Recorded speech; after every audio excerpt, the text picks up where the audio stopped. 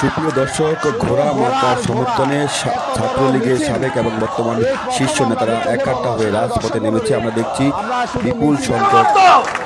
আমরা এবং জসিম পাটোয়ারি আপনাদের দুঃসময়ে, বিএনপি জামাতের দুঃসময়ে, আপনাদের দুঃসময়ে আমরা আপনাদের পাশে আছি এবং আমরা আপনাদের পাশে থাকব ইনশাআল্লাহ। আপনারা সদা প্রস্তুত থাকবেন। আমরা রাজনীতির মধ্যে বেড়ে উঠেছি। এই নির্বাচন, আন্দোলন, লড়াই, সংগ্রাম আমরা যুগে যুগে আমরা জয় অর্জন করেছি, বিজয় অর্জন করেছি। এই চাঁদপুরের বিগত দিনে যত নির্বাচন, সেই নির্বাচনের গর্বিত অংশীদার, বিজয়ের গর্বিত অংশীদার হচ্ছে ছাত্রলীগের, জেলা ছাত্রলীগ এবং জেলা ছাত্রলীগের সকল নেতৃবৃন্দ, সাবেক বর্তমান সকল নেতৃবৃন্দ। আজকে সমানের পক্ষেও সকল ছাত্রলীগের নেতৃবৃন্দ আজকে ঐক্যবদ্ধ, সাবেক বর্তমান সকল নেতৃবৃন্দ এখানে উপস্থিত।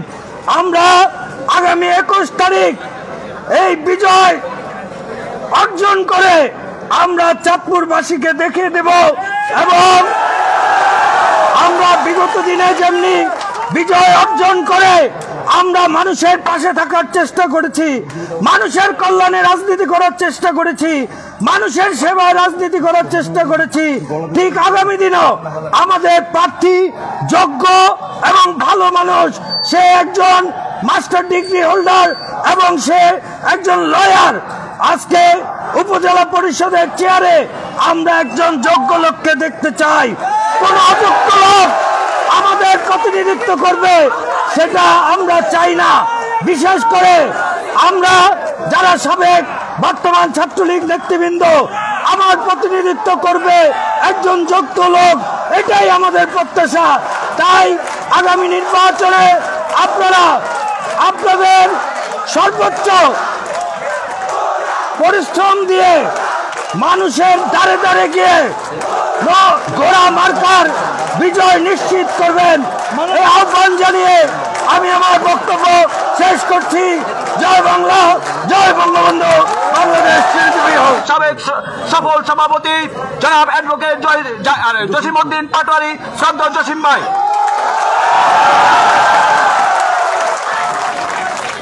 বিসমিল্লাহির রহমানির রহিম।